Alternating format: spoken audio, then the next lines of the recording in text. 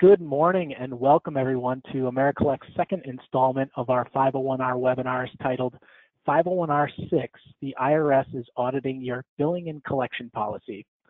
My name is Joe Moretti and I'm part of the business development team here at the ridiculously nice collection agency AmeriCollect. I am happy to be your moderator for today's session, and I do have the pleasure of introducing Sean Gretz. But before I do that, I'd like to show you how to ask questions during the session.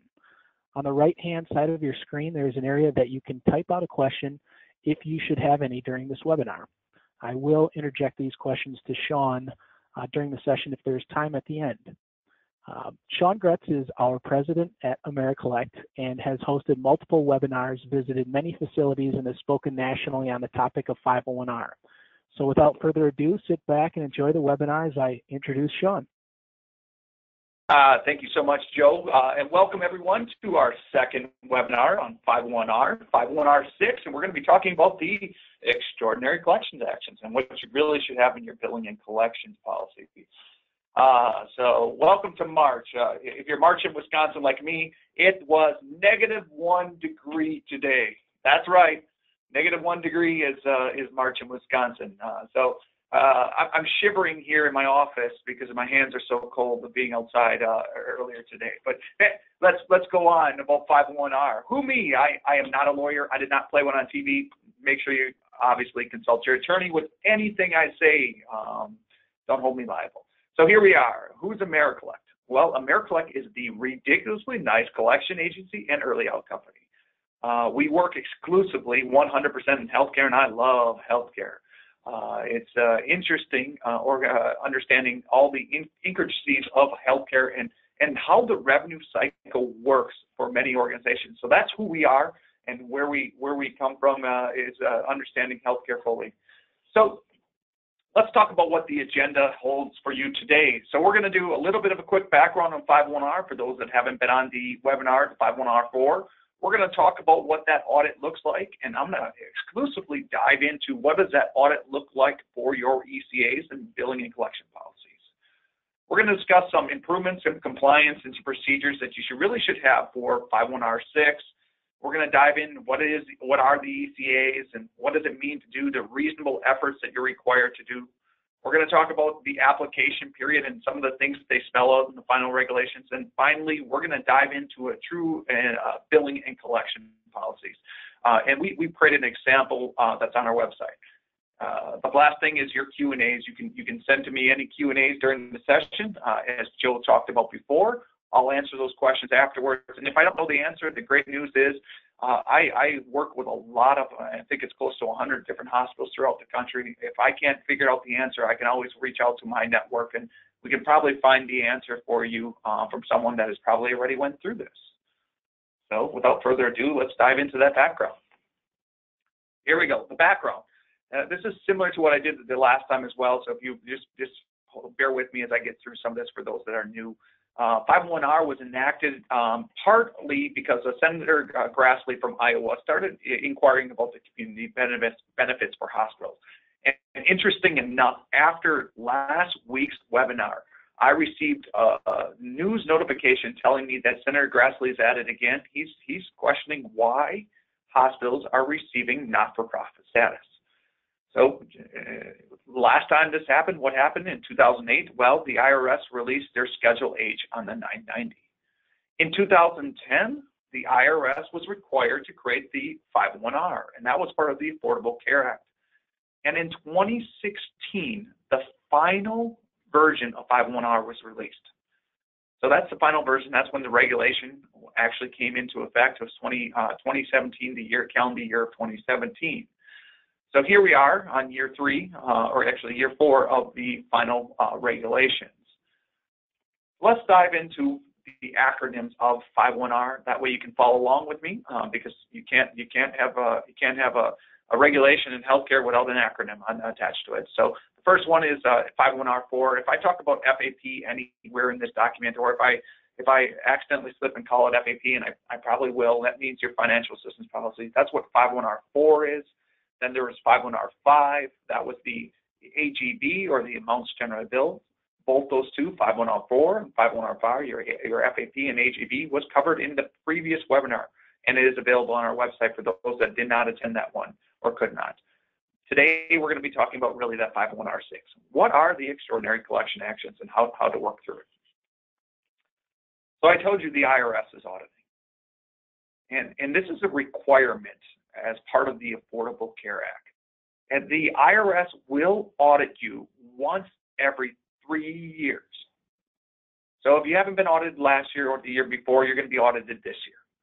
You have to understand this, and you have to understand when that audit is coming for you. And I'm going to guess that audit is going to be something that's going to happen on a regular occurrence. So if you have been audited, know that you're on that 3-year cycle. Make sure you have some sort of task to set yourself to be able to go dive into your 990s, to understand that your website is up to date with the financial assistance information, and make sure you have everything ready to go in case you are audited. You know, in 2 years ago, there was about 1,200 reviews done. There was 166 people that were referred to for exams. And what I mean by exams of those 166 individuals, the IRS came on site. They took a look at a lot more information than just an audit from afar. 33 of those 166 received a $50,000 fine, and 1 lost their tax-exempt status. In 2018, I do know there was another hospital that lost its tax-exempt status. And what it's coming down to, what a lot of times, it's the governmental dual status. So they're a government-owned hospital plus a not-for-profit. That is the one that lost their tax, or the 2 that lost their tax-exempt status are those dual status ones. I want to warn those that are governmental hospitals. This law does require you to follow it as well. It was clearly stated. They even have it on their website now, the IRS's website, saying you have to follow 501R. If you are a dual status government and not-for-profit hospital, you will need to follow this. So let's dive into what is the IRS auditing. Well, the IRS is auditing a lot of different things. When they come on site for an exam, this is what you're going to get. You're going to get an information document request. It's called an IDR. That information document request is going to be asking you several questions that you need to answer before they come on site. They're going to give you a deadline, and this is going to take you quite a bit of time to get through this. So what I'm saying to you is make sure you are ready ahead of time. If you are ready ahead of time for this, they won't even be coming on site. If you have your website updated with all the documents you need, if you have on your 990 completed and filled out correctly, they will not be coming on site to audit you. You don't want this on-site audit. It's a lot of work. I've had several facilities that went through it, and I've helped coach a few of them through this process. It is a lot of time that they've spent putting this together, all the documents together. So make sure you are looking at your 990 Schedule H. If you don't have access to it, ask your controller or CFO for access to it, to understand what the controller or CFO is putting on that document. So the questions that the IDR is going to ask you for, and the ones in red, what I'm going to concentrate on today, are the ones that really account for 501R6, mostly 501R6. So we're going to be covering those. But every single one of these stashes are things that they're going to be asking for. So number one, they're going to ask for the board minutes or resolution that they approved all the documents of 501R. Did they look at the policies, billing and collections, financial assistance policies? Did they look at EMTALA? Did they approve all the AGB changes and those things? All need to be approved by the board minutes. Number two, they're going to be looking for the exact website pages for your financial assistance policy, your EMTALA, and billing and collection policies. Go to your website now. Double check that they're there. Not only double check that they're there, double check that they're there and also translated, because 501R requirements requires you to translate it to 5% of the population or 1,000 individuals and whatever is less. Do you have all those documents, and are they all translated for the individuals that need to have them translated? They're going to be going looking for those policies, obviously, the website page and also the policies themselves. So you need to have the links for them to get to. And they did clarify something as well. They clarified that it needed to be machine readable. in a format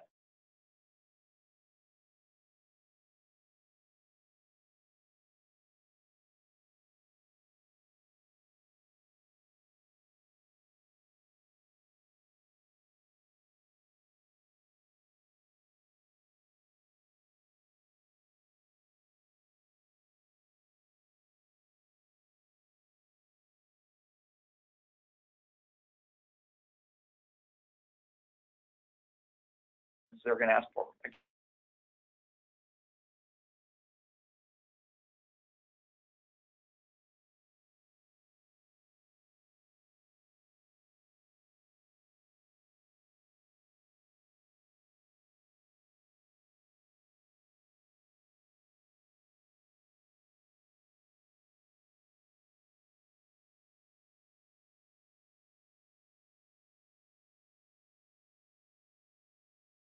Of legal or judicial actions that you have taken.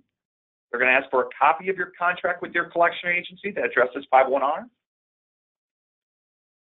Continue on. They're going to ask for, one of the things they're going to ask for is the complaints from patients in regards to 501R. And this is a note for me on here.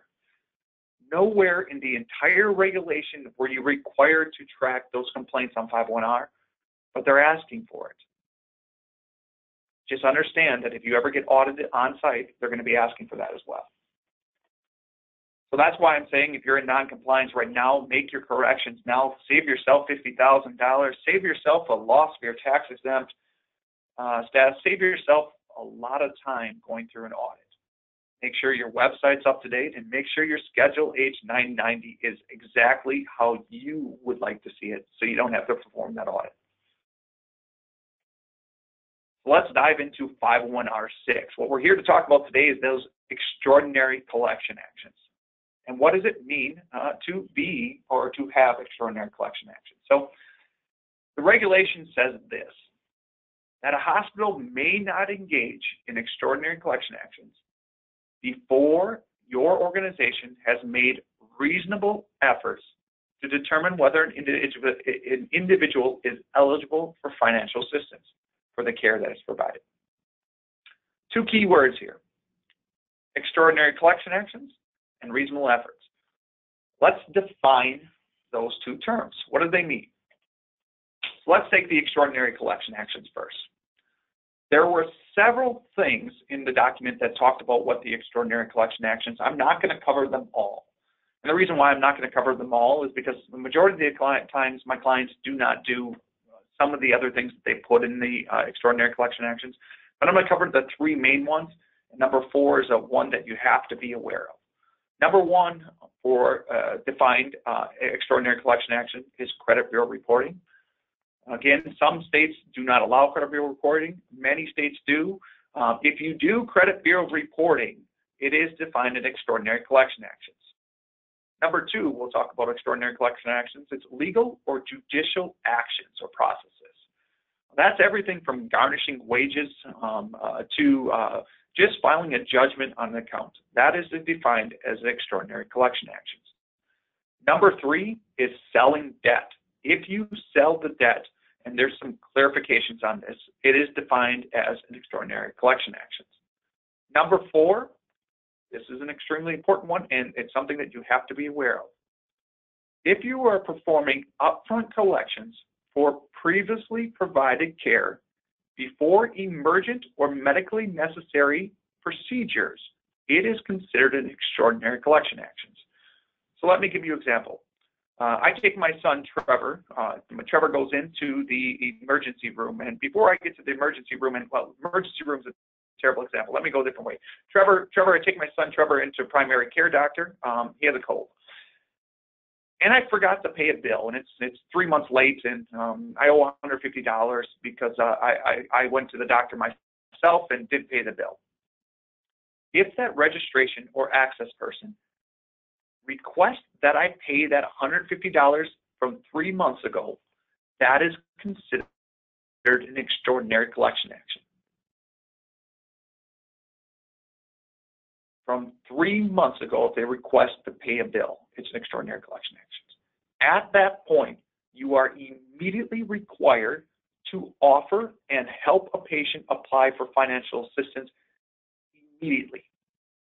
Now, one, you could do those upfront collection actions, but I'm going to strongly suggest that you probably try not to do those upfront collection actions on previously provided care. It's just very cumbersome of how to do it, and there's a lot of things that go along with it at that point that you need to help that patient apply for financial assistance. I want to be clear on this. We're going to touch on this, what is not ECAs, and we're going to talk about upfront collections for current care. And let's talk about now. It's number 5 on this list.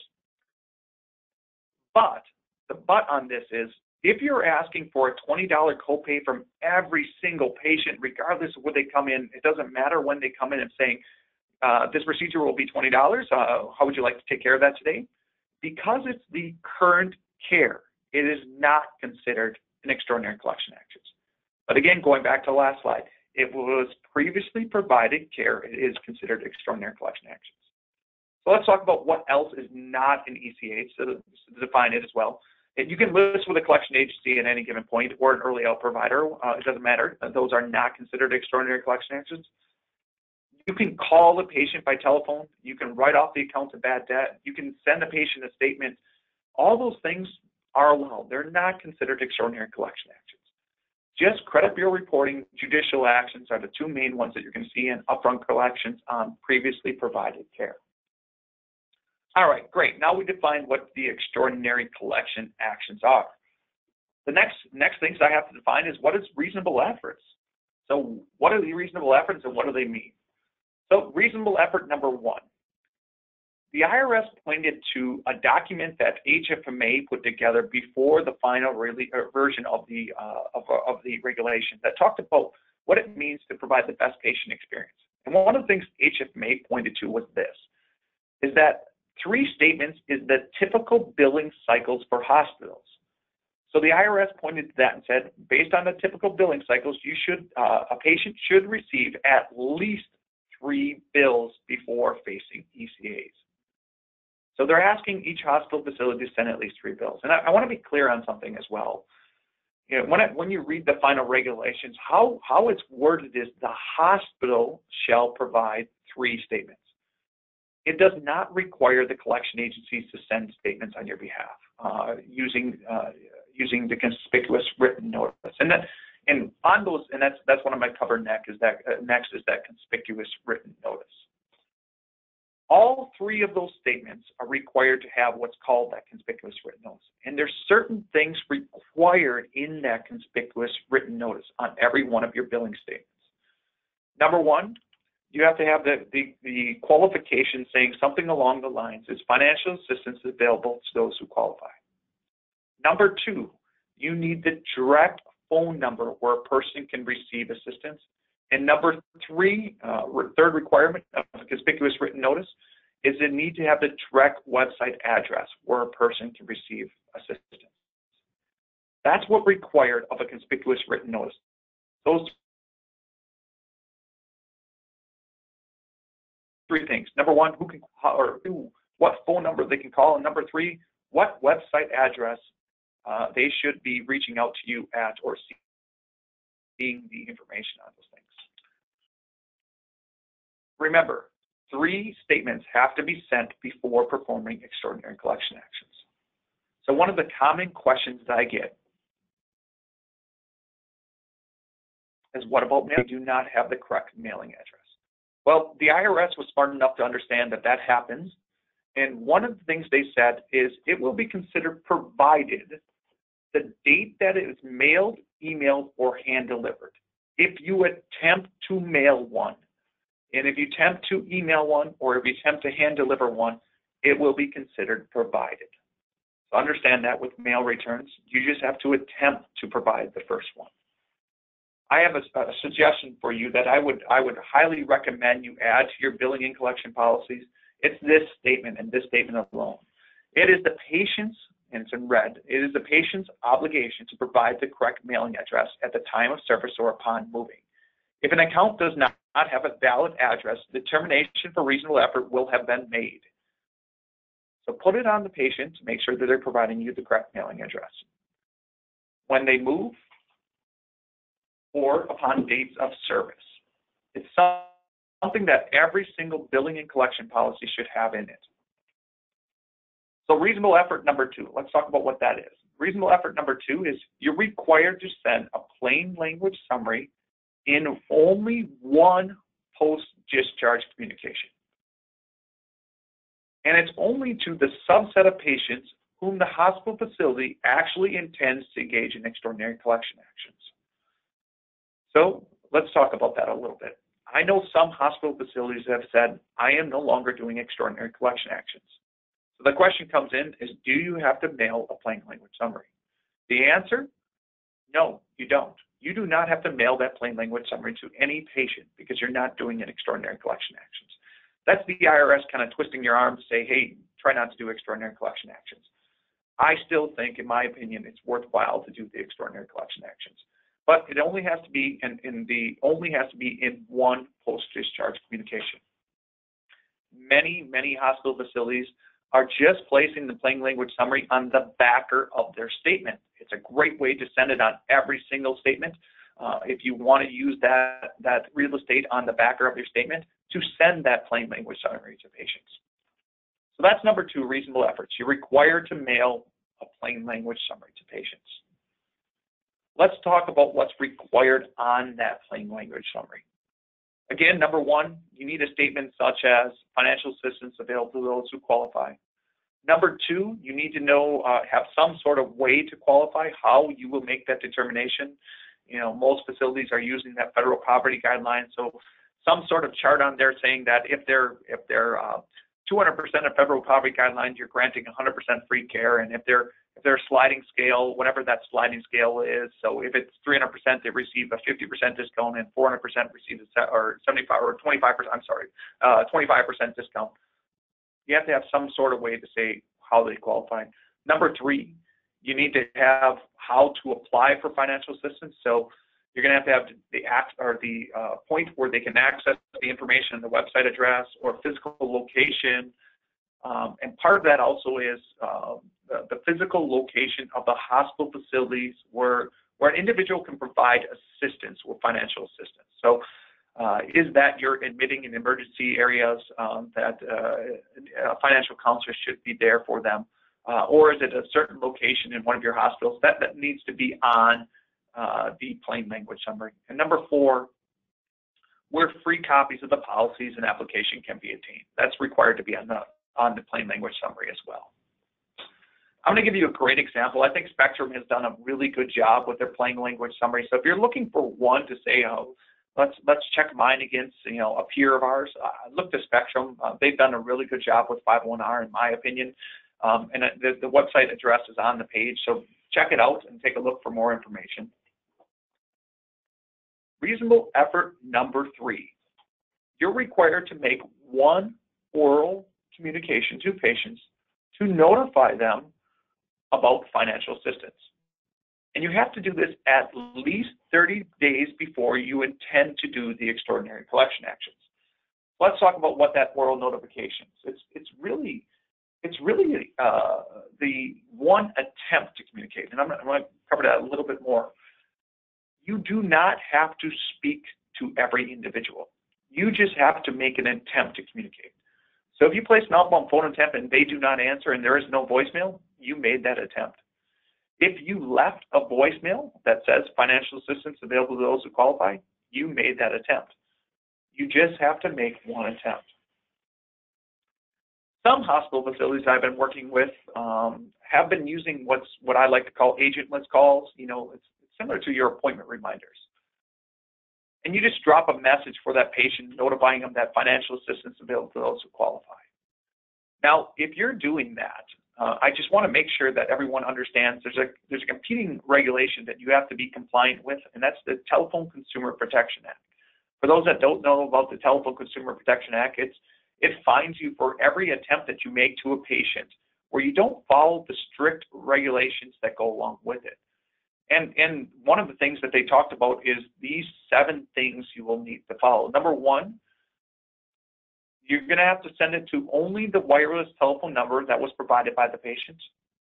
Number 2, you must state at the beginning of the call the name and contact number of the healthcare provider. Number 3, you must limit strictly what can and cannot be on that call. So if it's debt collection or financial content, you must receive express permission from the patient to call that number. Number 4, they say you must be concise, generally 1 minute or less. Number 5, you're limited to 1 message per day. So if you are sending an appointment reminder and also making this oral communication to the patients, understand that you're supposed to do 1 per day. Number 6,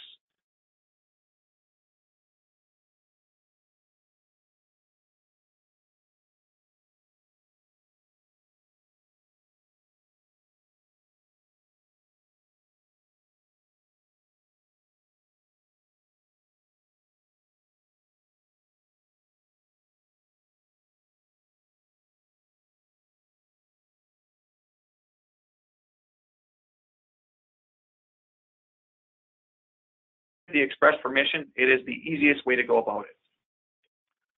So what does a oral communication from an agentless attempt sound like? It's this. It's, hi, this is XXX and financial assistance counselors who can be reached at 800-333-22222.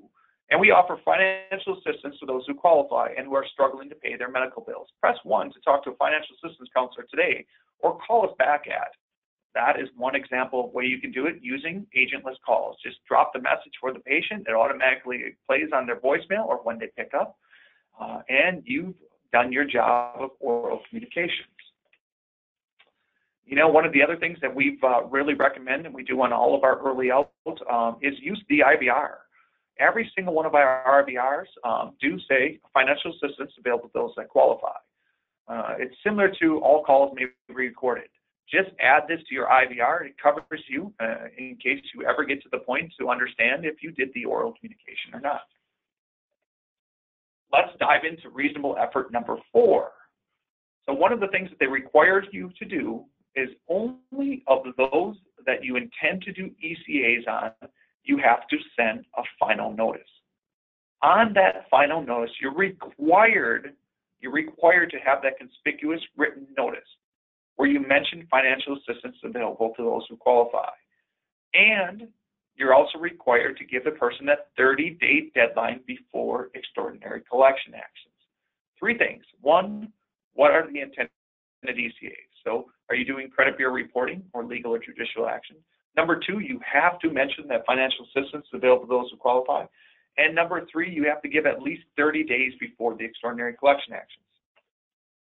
Let's talk about multiple episodes of care.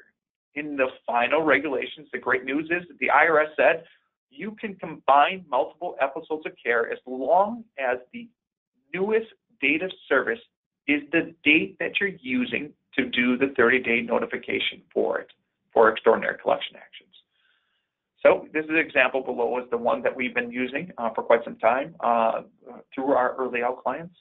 According to our records, your account is past due. If we do not hear from you from 30 days from the date of this letter, your account will be referred to a collection agency. Please call us at, and it gives a number, or pay in full online.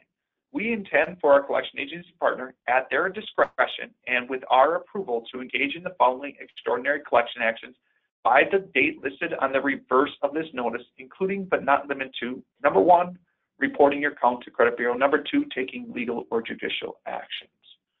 Let's talk about this.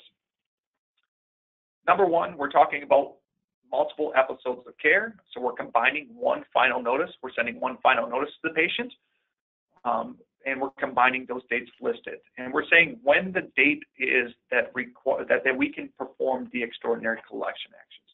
Number 2, we're talking about what ECAs we're going to perform. It is the credit bureau reporting, and number 2, taking legal or judicial action. Those are the 2 ECAs. What we're missing on this is still that conspicuous notice that's required to be on here as well. But that's what a final notice should look like in order to do extraordinary collection actions. All right, now I defined for you what the extraordinary collection actions are and reasonable efforts. Let's dive in to talk about a little bit more about the application period, because it's extremely important in the billing and collection policy to understand your timeline that you need to provide to patients. The requirement says that the application period is 240 days from the date of that first post-discharge statement. So regardless if the account is at the collection agency or if the account is in your office, you still have to accept financial assistance applications for 240 days. Number one, do you have a defined process in order to work those accounts? And by defined process, I mean this. If the account is at your collection agency, are you notifying them when a financial assistance application is coming in? If not, I would highly suggest that you start notifying them. It's extremely important so your collection agencies either pause their extraordinary collection actions or pause the entire actions altogether when an application comes in. And that's what we do. We build into our system the capability for us to put on hold when a financial assistance application comes in and we're notified from our clients. And that hold is a 60-day hold to ensure that your office has the time to process that account. And to go along with that, one of the requirements of 501R is that each hospital facility has to process the application timely. Let me repeat that. You have to process it timely. While the IRS did not define what timely means, it is one of those vague statements that can get you into trouble. So make sure you have some sort of definition of what does timely mean. How fast are you going to approve those processes?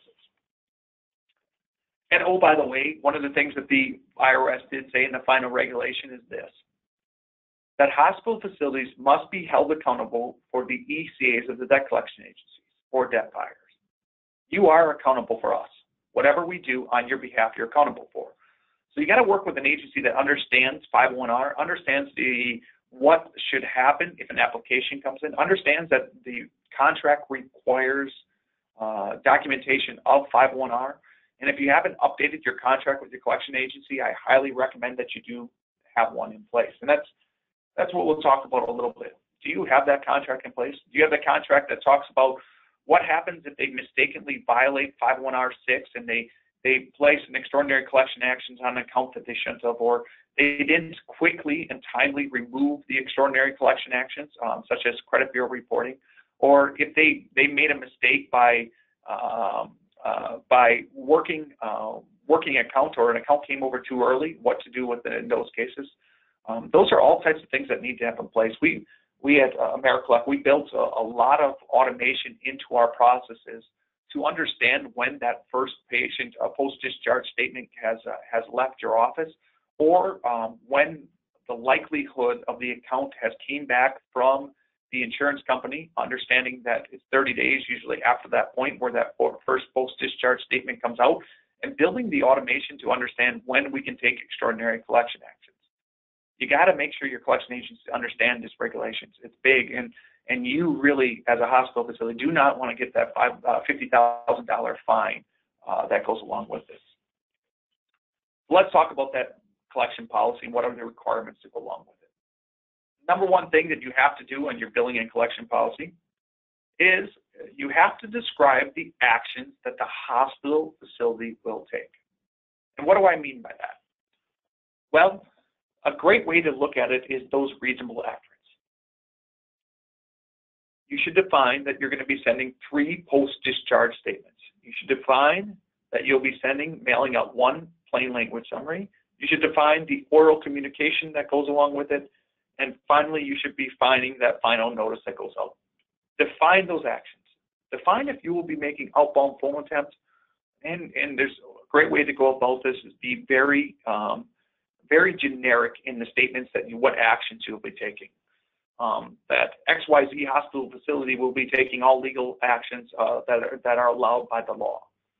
It defines those actions in a very generic statement. And the same thing with number 2. Number 2, you're required to define the actions that the collection partner may take, including extraordinary collection actions, but not limited to your extraordinary collection actions. So define that they will be taking, if they're going to be doing credit bureau reporting, you need to define if they will be doing legal or judicial action. You'll need to define they'll be sending statements, making phone attempts, chatting with you, online payments. What are those things that the collection actions, the actions that the collection partner may take? Will they be doing skip tracing, those types of things? Number 3 is that what I talked about before is you need to define what those time frames are. When will you be doing extraordinary collection actions? So let's say you say that legal and judicial actions can only happen 240 days after the first post-discharge statement. And that's what a lot of my facilities are defining for us, saying it's 240 days. You can't take legal or judicial action for 240 days. That needs to be defined in that billing and collection policy. Number 4, it talks about those reasonable efforts. And like I said before, if you define the actions, you're pretty much defining your reasonable efforts as well. In addition to the financial assistance policy or billing collection policy, you must describe the office, department, committee, or who has the final authority. So is it the Vice President of Revenue Cycle that has a final authority for this policy? It needs to be defined in there as well. And number 6, along with every single one of these things from 501R, you need to define how an individual can obtain a free copy of the policies to go along with it. I got great news for you. One of the things that we put together right away when 501R was released is a sample billing and collection policy. It gives you a good way to look at to say, okay, what other facilities have, just like Spectrum's plain language summary. Get your file, jump on our website and take a look on the 501R page. There's a lot of information. There's a lot of great webinars. And feel free to use our webinars for training your team on what 501R is. Jump on there and have them watch the 501R 4 and 5 or 4 and 6 webinars. It gives them a basic understanding of 501R, at least as a revenue cycle team, and it's good for you guys to utilize as well.